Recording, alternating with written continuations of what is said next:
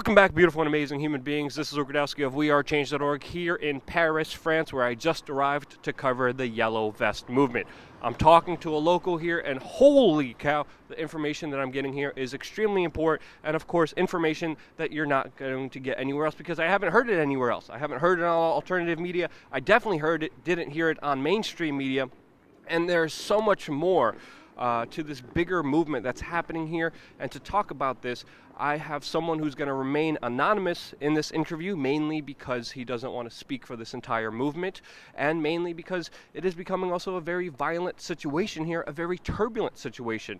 I'm just going to call you Bob, if that's okay, and keep you out of the camera frame, but there's so much information and there's so much disinformation. But first of all, let's just get into how this all started, because a lot of people think this is just about a tax on gas. It's not. A lot of news media is criticizing, saying that Facebook is causing all these violence, and it was the main proponent behind this protest. And it's interesting that they're saying this now in the mainstream media, when in 2011 they were cheering it on when it was happening in the Middle East. But there's so much disinformation about the start of it. How did you personally yourself see things unfold here, attending the 3 weeks of the Yellow Vest protest? Well, it started around about 2 months ago. What happened really is that, yes, it was about the tax on cars and fuel, but it was just a tipping point of something much bigger. And essentially everything that happened during the Macron's government since the beginning, but it's not about Macron, it's about 40 years of destruction of the public domain, the banking sector taking over the country, and people are feeling it not just in their wallets, but they are feeling it in their neighborhoods, their grandmother, their sisters, their baker. Everyone is talking about it since many years. What really triggered all of this is, first of all, Macron's rhetoric, because he has really a way of talking which is extremely aggressive towards people who are working, who are fed up with having to cross the red line on the bank account every second month and not being able to pay for simple things like for their children for Christmas. But I think we are getting to a laser effect, which is everything is coming together in a single point, and it's not about right wing with antifas and whatever getting into violent games. It's much bigger. Like, I've seen people throwing rocks at policemen. You would never expect this kind of people to do this in their life. It's because they are really getting insulted on a daily basis for what they're doing. And now I guess they have crossed the line, and this line will never get back. Never. Yeah, I mean, you were just telling me about some of your living situations. We can just move over here to the curb. And the amount that you have to pay each month just for rent, the amount you earn, just absolutely insane. And how people here are pretty much living and trying to earn money to not only raise kids but also take care of their parents, because their older parents are having a hard time surviving as well. It can be both. It can be or parents taking care of their children after 40 years old. It can be the opposite, when they are getting paid for their retirements, which is below the level of poverty. I mean, you can imagine when you are getting a retirement which is below the level of poverty, you're throwing people into poverty legally, which is the reason why people are getting really fed up. Yep.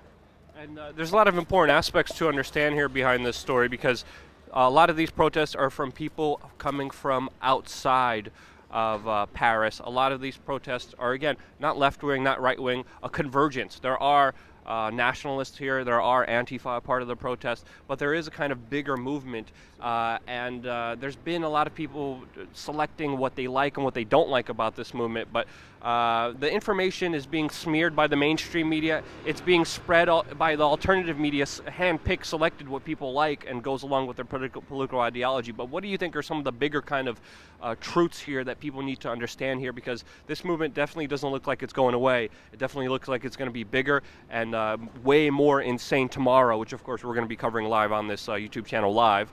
So make sure you're subscribed and click the notification for. And people are also expecting it to get a lot more violent. I mean, you were even telling me that they found anti-tank, like weaponry, missiles here. You were telling me that there was an acid attack on a police officer here as well. I never heard of any of those things. What are some of the bigger truths that people should understand about this movement? Well, it's a movement that hopefully will take a greater, that will reach the world basically, because it's not about the French population. I can imagine it's basically everywhere in Europe. It's basically also in the United States. We can do it very differently, but people have to stop looking at TV and stop thinking that the revolution will come one day. It's now, first of all. And they have to also think about what can we think through in terms of solution right now and not tomorrow, in order to get to make sure that the banking system is not going to contract the nation states, because I guess the crisis is going to get bigger by the next months. We've seen it very just the past days, and what I personally, from my opinion, expect in the next days is that France will be different in about 2 weeks. A different government, a different situation. My fear is that the violence will be used in order to push for martial laws, but the military here in France, I think they will never accept it. They don't want to go after their own people. Even the policemen, they're getting really tired of being thrown into these violent games that, you know, these are people, normal people. They know why it's happening, because they also feel it in their own life. They are not getting paid. They're not getting their dignity. So I think it's a trigger. It can be very, very global and very short time period, but it has to be clear. The real enemy is not the politicians as such. It's really what's controlling them. People here in France are starting to say it out loud on TV, with millions of people looking at TV, which is very new. There was a huge censorship, and now it's getting out that, you know, Macron is not the main controller of his own population.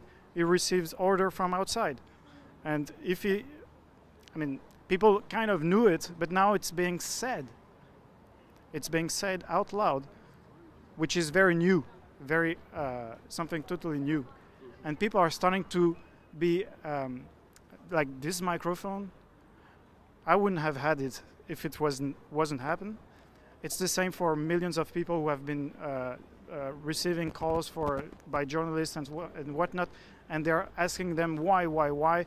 So people are now being called to explain what they have in their hearts, which is exactly what they didn't want to.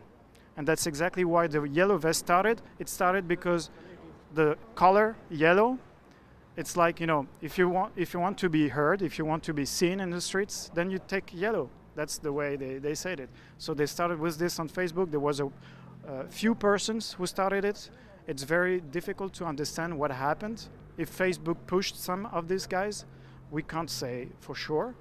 There could be a different agenda in some way, but my view is that it had to happen anyway. Whatever people are saying, it had to happen. It's not really controlled. It's completely organic. It's totally new for the people who are in power right now.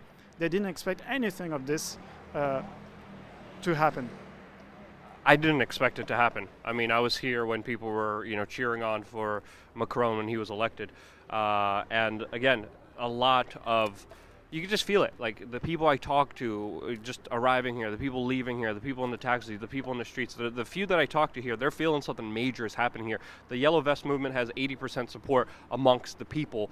And it truly looks like this will be, and it feels like this will lead to the ouster of at least Macron and even bigger political changes. And it looks like it's definitely going to get a lot more turbulent before it gets calmer here in Paris, France. And just like we've seen, I mean, we've seen that footage of the police officers taking off their helmets, and you even explained to me that it wasn't just police officers walking up to the protesters saying, we'll join you. It was police officers involved in a kettle who took off their helmet in agreement for peace between the protesters, so the protesters would walk away and the police officers showed them that they wouldn't hurt them or beat them up, because a lot of the violence has been initiated by the state here, which needs to be understood. A lot of the violence has been started because of the tear gas. And Bob, thank you so much for sitting me. Anything else you want to say about this specific issue? If not, we could just go on. But you just gave me a full download on a lot of information. No, I just want to say that looking at what's this event unfolding from the United States, I was looking to many videos. What I can say is don't go for wishful thinking and go more for your taking time to look behind things, because it's very clear that that's what they want from us. They want us to actually go for wishful thinking, so in the end of the line we are divided because we are not clear on what really is happening, and we're not also basically looking for history, the real history of these events. Excellent answer. Question everything. I'm going to call you Bob, just for clarity reasons, security reasons again, and also the other reasons. And I wanted to thank you guys so much from the bottom of my heart for watching, being a part of this journey with me. Stay tuned, especially tomorrow, as we're going to be documenting this important historic event live here on the ground in Paris, France. Love you guys. Thank you again so much for watching and financing and fundraising and making this possible. Thank you.